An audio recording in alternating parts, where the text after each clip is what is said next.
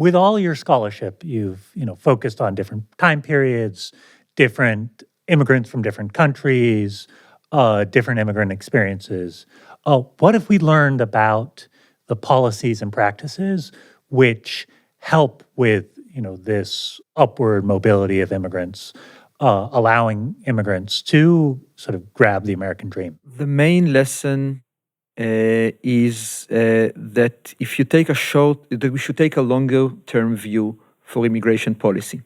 So if you take a short term view for immigration policy, it often understates how successful immigrants are. So, for example, you look at the immigrant generation itself when they are just off the boat, they often don't do as well as the US born. They often work in manual jobs. All of immigrants know how the first generation often sacrifices. And so, like, you look at immigrants when they just arrive, it might appear to you that immigrants are not doing as well. But when you take the longer view, looking at the children of immigrants, then looking at immigrant groups who arrived here 100 years ago, then you see how immigrants are much more successful than they appear to be in policy. So the children of immigrants are moving up regardless of whether they were growing up in poverty.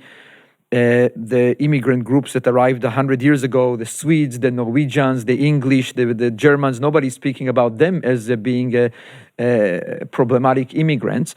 And so it's just that taking a longer-term view emphasizes the contribution of immigrants. The children of immigrants are more than paying the debts of their parents as they integrate into the U.S. economy and society.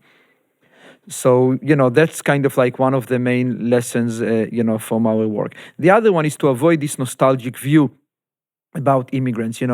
It's like if you look at American history, it oftentimes looks like, at first it was the English complaining about the newly arrived Germans, and then the Germans complaining about the Italians, and then the Italians now, complaining about the Mexicans. And I'm sure, like, if you go in 50 years, there will be a podcast, somebody will say, well, the Mexicans are terrific, but what about the new immigrant groups that arrived today? So we should avoid this nostalgic view about the past. Those Italians, when they first arrived, they also worked in manual jobs. They made a huge effort to assimilate and integrate. Their children are now doing well, and now from the perspective of 100 years, they appear to be doing great. But we should be patient to see the contributions of immigrants unfold over time.